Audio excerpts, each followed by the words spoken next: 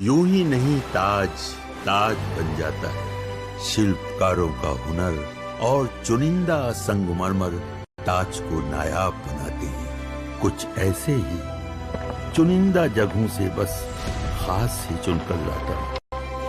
कतरे कतरे को मैं हीरे सा परखता हूँ। यूं ही नहीं मैं रजनीगंधा बन जाता हूँ। सवाल उठाते ही आरोप लगता है उन पर। कभी चीन के कब्जे वाला झूठ फैलाते हैं। ऑपरेशन सिंदूर के बाद वो इस बात को जानने के लिए बेतहाशा बेचैन हो जाते कि हमारे कितने जेट्स गिरे। पिछले हफ्ते जब ट्रंप भारत की इकोनॉमी को डेड इकोनॉमी बता रहे थे तो राहुल गांधी कहते हैं आई एम ग्लैड कि उन्होंने सच कहा। मतलब ट्रंप के भारतीय अर्थव्यवस्था को डेड बताने पर राहुल गांधी खुश हो जाते हैं, जबकि राहुल की पार्टी के ही कई सीनियर लीडर ट्रंप के बयान पर ट्रंप की ऐसी तैसी करके रख देते हैं। उन्हें आईना दिखा देते हैं कि भैया माइंड इट, भारत दुनिया की चौथी सबसे बड़ी अर्थव्यवस्था है। और अब तो राहुल गांधी लोकतंत्र के मंदिर में ही एक फर्जी सरकार के होने के दावे कर रहे हैं। अब सवाल यह है कि क्या मोदी विरोध में, मोदी से नफरत में राहुल गांधी इस कदर आगे बढ़ चुके हैं कि वो फर्क ही नहीं कर पा रहे कि वो देश हित और सियासत हित में क्या कर रहे हैं। सियासत हित में देश की दुर्गति नहीं की जा सकती। क्या चुनाव में जीत और हार वाली लड़ाई अब देश के भीतर संदेह और भ्रम की अराजकता फैलाकर लड़ी जाएगी? सवाल यही है कि राहुल गांधी और विपक्ष की राजनीति का चैप्टर क्या भ्रम, भेद और भय वाला है? मोदी के भारत को लेकर खींचे गए रोड मैप, तय लक्ष्यों को काउंटर करने के लिए विपक्ष और उसके नेता राहुल गांधी के पास क्या उससे बेहतर रोड मैप नहीं?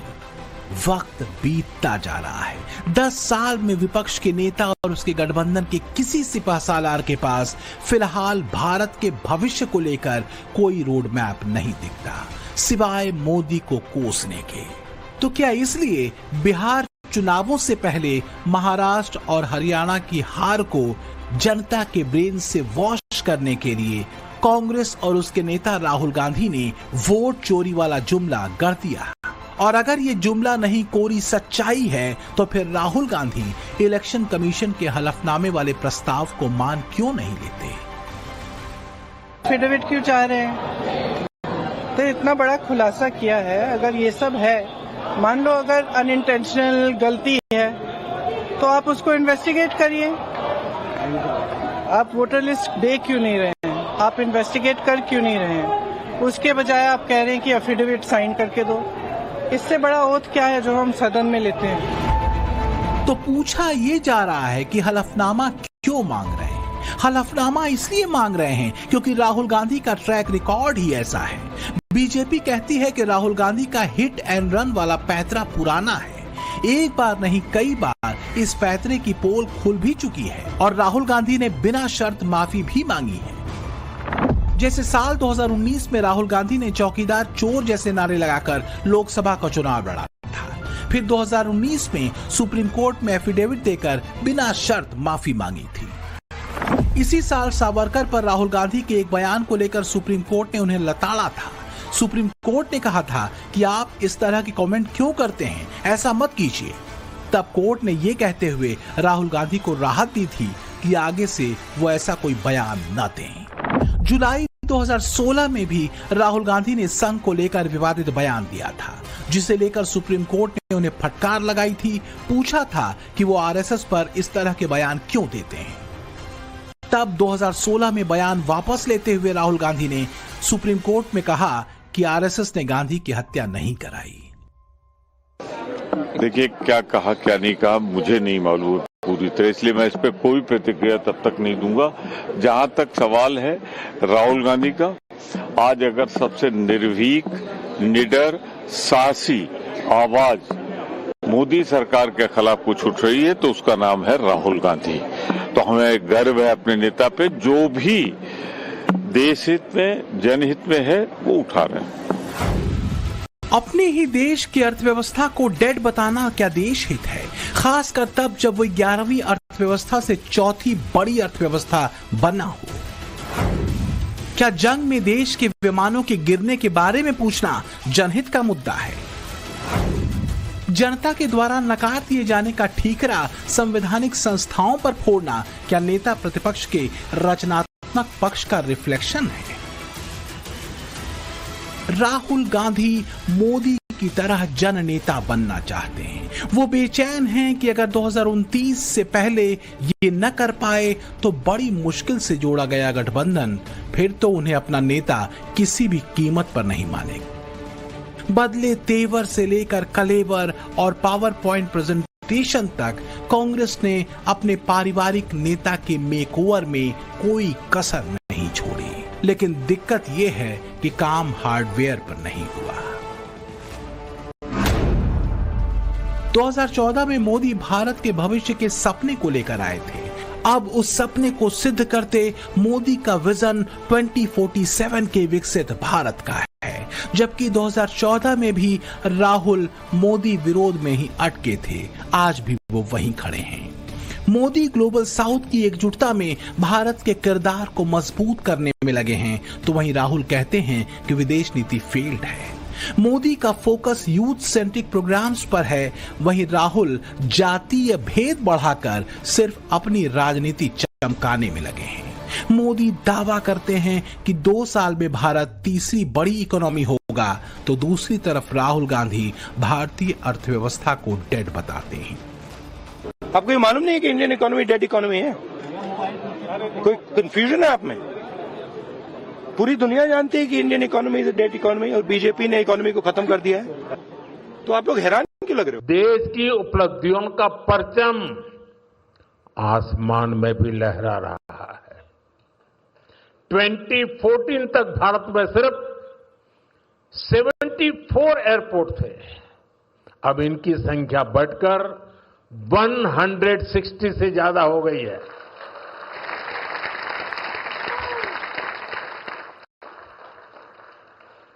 नभ की सिद्धि, थल की सिद्धि और जल की भी वाटरवेज का आंकड़ा भी उतना ही शानदार है।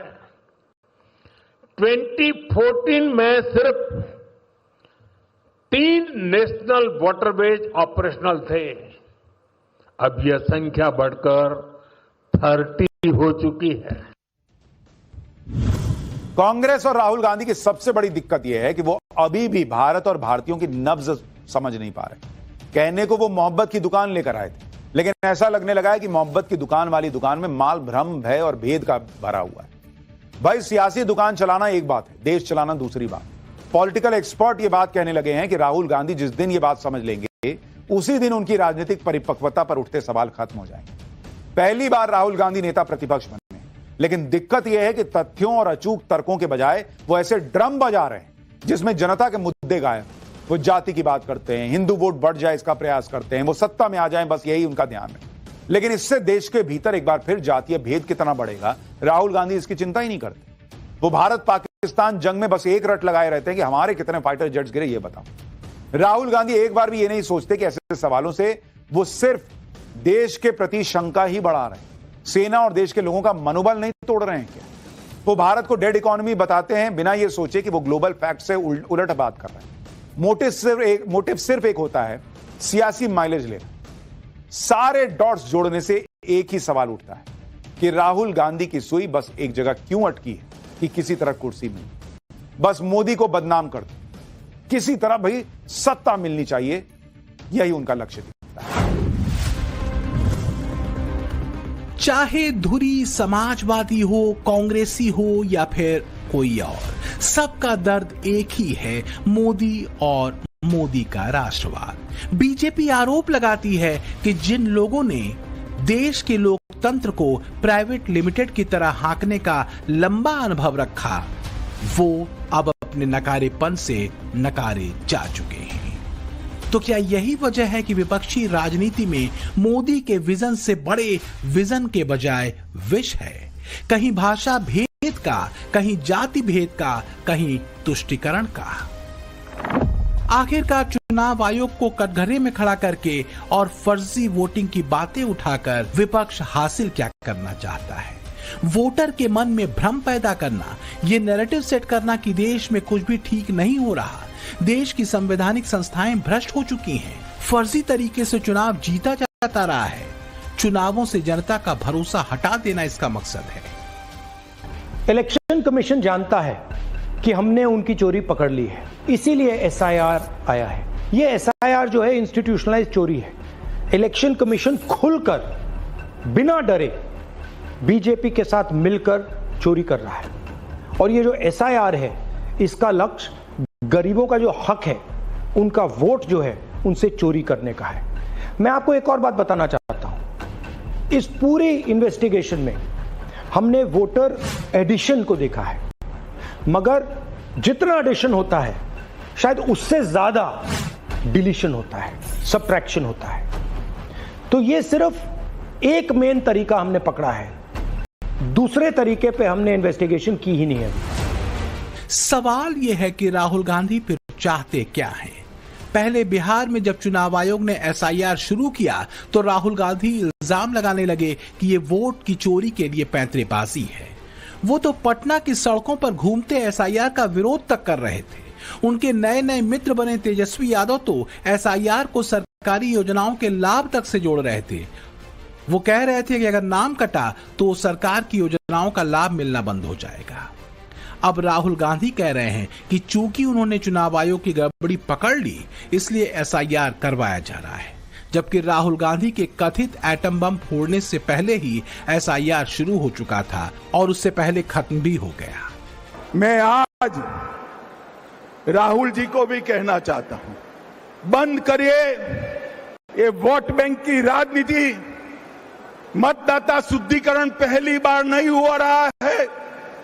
आपके परनाना जवाहरलाल नेहरू ने शुरू किया था और अंत में 2003 में हुआ, तब भी कोई विरोध नहीं था। अब आप चुनाव पे चुनाव हारते जाते हो, इसलिए पहले से ही बिहार चुनाव हारने का एक वजह लोगों को बता रहे हैं। 55 साल के राहुल गांधी के लिए बड़ा संकट मोदी से पार पाना नहीं है, बल्कि बड़ा संकट है मोदी की खींची लकीर को लांघ पाना। राहुल जानते हैं कि मोदी ने जिन सपनों को भारतीयों को दिया है वो सपने देखने की जुर्रत 2014 से पहले कोई भी भारतीय नहीं करता था। दाल रोटी के साथ अचार का मिल जाना कांग्रेस के दौर में एक लग्जरी थी, ऐसा नैरेटिव सेट किया गया था।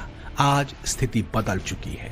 तो क्या यही बदलाव विपक्ष को खटक रहा है और अब कोशिश फिर से जाति और भ्रम की लकीर पर अपनी सियासी फसल तैयार करने की है? ब्यूरो रिपोर्ट, टाइम्स नाउ, नव भारत।